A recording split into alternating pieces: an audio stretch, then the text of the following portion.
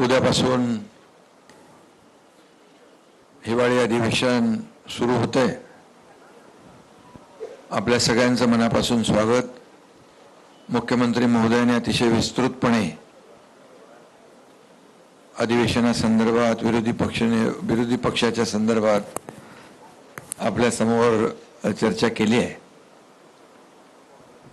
महायुती सरकारच्या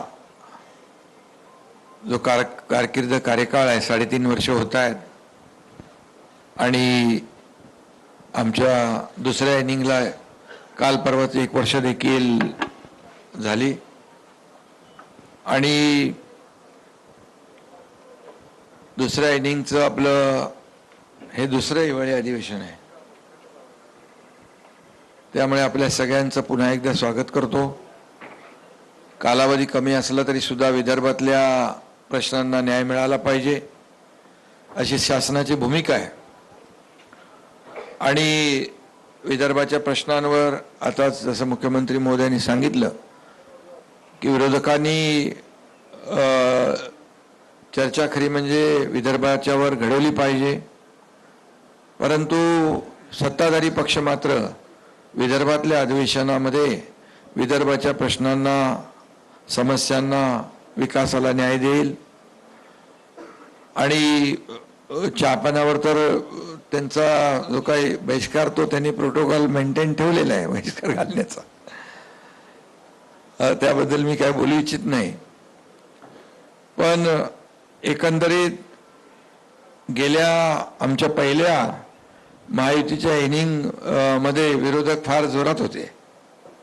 रोज तिकडे आंदोलन, अधिवेशनात पायऱ्यांवर, सभागृहात कमी पण बाहेर त्यांना आंदोलन करणं आणि तुम्ही सगळं त्यांचं टिप्पण करत होते, त्याच्यामध्ये आनंद मानत होते ते। आमची एवढीच भूमिका आहे की अधिवेशन हे लोकांच्या, जनतेच्या प्रश्नांना न्याय देण्यासाठी, वाचा फोडण्यासाठी आणि सरकारकडून न्याय मिळवून घेण्यासाठी असतं, परंतु विरोधकांना त्याच्यामध्ये काही स्वारस्य राहिलेलं नाही आणि त्यांना फक्त पायऱ्यांवर स्टंट करण्यामध्ये धन्यता ते मानतात। मी एवढंच सांगेन की यावेळचा विरोधी पक्ष अतिशय निष्प्रभ दिसतोय।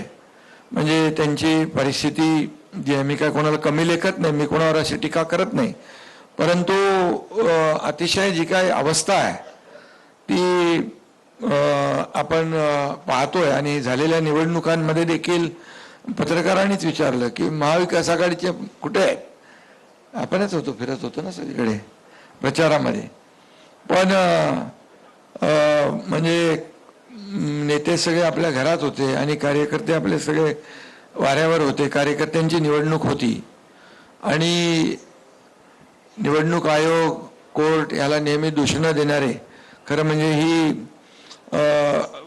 निवडणुकीची मतमोजणी पुढे गेली, त्यामुळे तरी त्यांना धन्यवाद दिले पाहिजे निवडणूक आयोग, कोर्टाला। नाहीतर अशी परिस्थिती असती की अधिवेशनामध्ये फार वाईट परिस्थिती झाली असते त्यांची। कारण महायुती आम्ही काही ठिकाणी एकत्र लढलो, काही ठिकाणी वेगवेगळे लढलो, मैत्रीपूर्ण निवडणूक झाली आणि महायुतीला जवळपास 70-75% त्याहीपेक्षा जास्तीचं यश मिळेल अशी परिस्थिती राज्यामध्ये आहे। काय मीही फिरलो, देवेंद्रजी, अजितदादाही फिरले, त्यामुळे मी जिकडे जिकडे फिरलो तिथली परिस्थिती अशी आहे। आणि म्हणून विरोधी पक्ष या ठिकाणी या अधिवेशनामध्ये किती विदर्भाचे प्रश्न उपस्थित करतोय माहीत नाही, परंतु आमची सरकारची पूर्णपणे तयारी आहे। यामध्ये शेतकऱ्यांचे प्रश्न असतील, सिंचनाचे प्रश्न असतील, आरोग्य, बेरोजगारी या सर्व प्रश्नांवर या ठिकाणी त्यांनी चर्चा उपस्थित करावी। सरकार पूर्णपणे त्यांच्या चर्चेला उत्तर देईल। जरी विरोधी पक्ष संख्येने कमी असला तरी सुद्धा आम्ही त्यांना अंडर एस्टिमेट नाही करत आणि त्यांना आम्ही गांभीर्यानेच घेऊ। तसं म्हणजे आम्ही लोकशाहीमध्ये विरोधी पक्षाला देखील त्यांचे मान सन्मान ठेवणारे आहोत। फक्त एकच आहे की लोकांच्या प्रश्न राहिले बाजूला, विरोधी पक्षनेता द्या. विरोधी पक्षनेता का देत नाही? विरोधी पक्षनेता का नाही? मुख्यमंत्र्यांनी सांगितलं होतं की ते अधिकार अध्यक्ष आणि सभापतींचे आहेत, पण जनतेने त्यांना जे काही नाकारलं, झिडकारलं, विरोधी पक्षनेता बनणे एवढे पण संख्याबळ नाही दिलं. त्यांनी आत्मचिंतन, आत्मपरीक्षण केलं पाहिजे. लोकसभेमध्ये पण गेल्या मागच्या वेळेस विरोधी पक्षनेता संख्याबळ नव्हता म्हणून नाही मिळालं. यावेळेस लोकसभेत विरोधी पक्षनेता मिळाला. त्यामुळे त्यांनी प्रयत्न केला पाहिजे पुढच्या वेळेसाठी की विरोधी पक्ष नेते एवढे तरी संख्याबळ कसं मिळतं, संख्याबळ मिळवा आणि कमवा आणि विरोधी पक्ष मिळवा.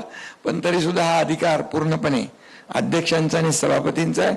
आमचा कुठलाही त्याला विरोध नाही आणि आम्ही कुठल्याही परिस्थितीमध्ये या ठिकाणी जे काही लोकशाहीमध्ये जे आपल्याला करायचं आहे किंवा जे काही निर्णय घ्यायचे, लोकशाही मानणारे आम्ही आहोत.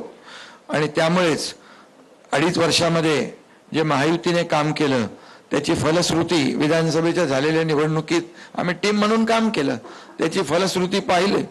कारण अनेक जे काही स्पीड ब्रेकर टाकले होते महाविकास आघाडीने ते आम्ही उकडून टाकले, लोकाभिमुख कल्याणकारी योजना केल्या आणि त्यामुळेच या राज्यामध्ये लँडस्लाईड मॅन्डेट मिळालं. देवेंद्रजी आता मुख्यमंत्री आणि आम्ही ते टीम म्हणून काम करतोय.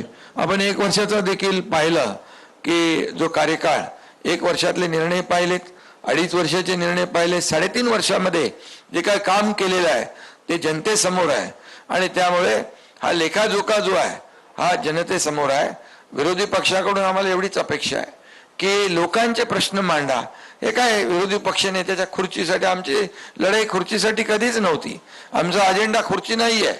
आमचा अजेंडा लोकांनी, ज्या लोकांनी आम्हाला खुर्चीत बसवलंय त्या लोकांचे प्रश्न सोडवणे, त्याला त्या समस्यांचा उलगडा करणे, त्यांना न्याय देणं हा आमचा अजेंडा आहे.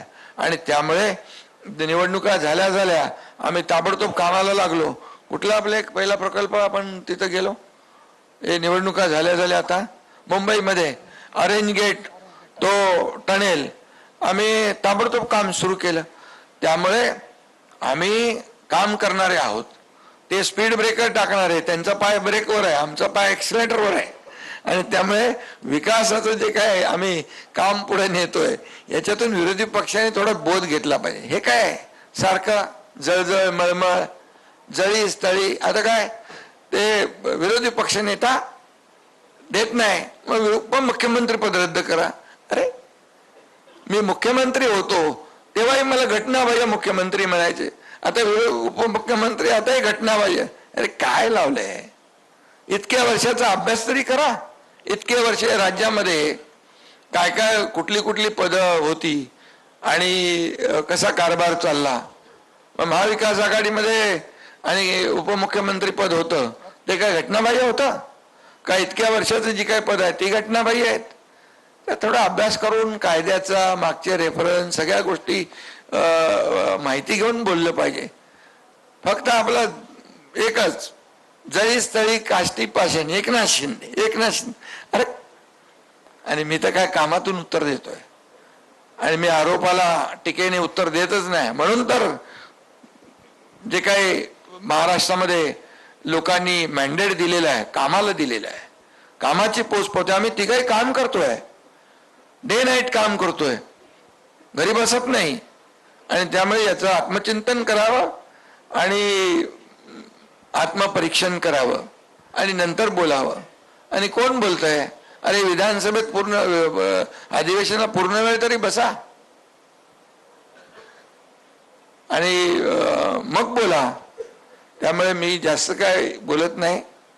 आणि यामध्ये मुख्यमंत्री महोदयांनी अनेक गोष्टींना इथं त्याचा उहापोह केलेला आहे. आम्हाला हे अधिवेशन विदर्भात आहे, कमी कालावधी असला तरी सुद्धा त्याच्यात अनेक विधेयकं, अनेक या विदर्भासाठी निर्णय सरकार घेणार आहे. बिलकुल सरकार सगळ्या चर्चेला उत्तर द्यायला तयार आहे. विरोधी पक्षाने फक्त सभागृहात येऊन भांडलं पाहिजे आणि फक्त अधिवेशनामध्ये येऊन फक्त आपली कोणीतरी दखल घेईल आणि मीडियामध्ये आपण सारखे दिसत राहू, यासाठी हे अधिवेशन नाही. हे अधिवेशन विदर्भाच्या जनतेला न्याय देण्यासाठी आहे आणि तो न्याय सरकार देईल. मगाशी मुख्यमंत्री म्हणाले की 2014 पूर्वीचं विदर्भातलं बघा. मी तुम्हाला सांगतो, सिंचन प्रकल्प महाविकास आघाडीमध्ये असताना शंभूराज इकडे आहेत,